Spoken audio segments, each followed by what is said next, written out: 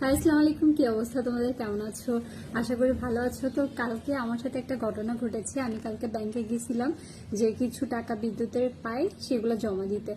এখন ব্যাংকে এক স্যার বললো যে আয়াকে দিয়ে ওই ফটোকপিগুলো করাই নিতে, কিছু কাগজের ফটোকপি করা দরকার ছিল, তো সেগুলো ফটোকপি করতে।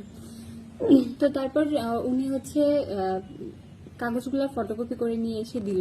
দেওয়ার পর বলতেছে যে আমি তো ফিরে আসি, চলো ব্যাংকে তুমি যাচ্ছ, আমিও চলো যাই টাকাটা জমা দিয়ে আসি। তারপরে উনিও আমার সাথে গেল। যাওয়ার পর এখন ব্যাংকে আমি 5,000 টাকা জমা দিব। হ্যাঁ, আমি কিন্তু দিলাম 5,000 টাকা। এখন উনি 5,019 টাকা দিয়েছি। ব্যাংকে আমার কাছে 5,019 টাকা চাইছে, তো আমি দিলাম। দেওয়ার পর এখন উনি যেহেতু আমার সাথে আসছে, তার জন্য আমি খুশি হিসাবে ওনাকে বলছি যে আপনি পান খেয়েন, আমি ওনাকে 80 টাকা দিয়েছি। দেওয়ার পর এখন ব্যাংক এলা যে ওনাকে 500 টাকা দিছে এটা কিন্তু আমাকে বলে নাই। তারপরে আমি যখন উনি উপরে চলে গেছে, আমি আবার নিচে চলে আসছি। তো বাসায় আসবো, সেই সময় আপনাদের ভাইয়া বললো যে চলো তো 3 তলায় যাই। কারণ 3 তলায় গেছি, পরে ওর এক পরিচিত স্যার ছিল, তা উনি আবার কাগজগুলা দেখতেছিল।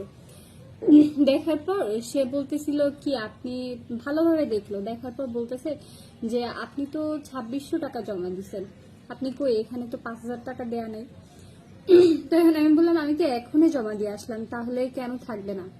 এভাবে বলার পর তারপর এখন বলতেছে না, জমা তো হয়নি, শুধু একটাতে সিল দেয়া, আর বাকিগুলোতে কোনো সিল দেয়া ছিল না, কিন্তু আমাকে বলছে যে জমা হয়ে গেছে। তো তারপর আমি কি করলাম, নিচে আসছি। নিচে আসার পর এখন বলতেছি যে এখানে তো জমা হয়নি, স্যার আমাকে বলল। এখন বলতেছে যে কেন, আমি কি যে 500 টাকা দিলাম, উনি কি আপনাকে দেয়নি? তাই আপনি কেন 500 টাকা ব্যাগ দিবেন? আমি তো আপনাকে দিয়েছি 5,000 টাকা, 5,000 টাকায় জমা দেওয়ার জন্য, তাহলে আপনি কিসের জন্য ব্যাগ দিবেন? আর সেটা আমি তো আপনাকে দিলাম, আপনি কেন আমার হাতে দিলেন না?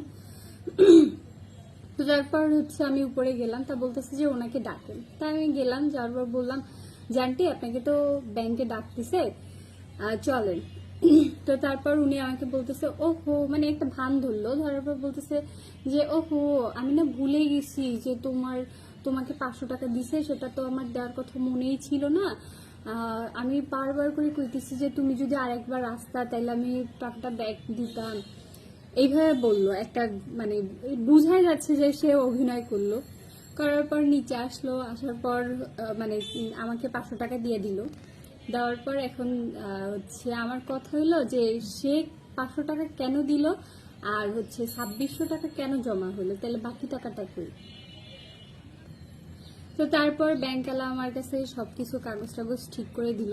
যাই হোক, সেটা বড় কথা না, বড় কথা আপনারাও সাবধানে থাকবেন। যদি ব্যাংকে বা বিদ্যুতের যদি কোনো টাকা জমা দিতে যান, সেই জায়গাটাতে অন্ততপক্ষে সেফ থাকবেন এবং ভালোভাবে একদম কাগজগুলা বারবার করে দেখবেন যে আসলে ঠিক আছে কিনা।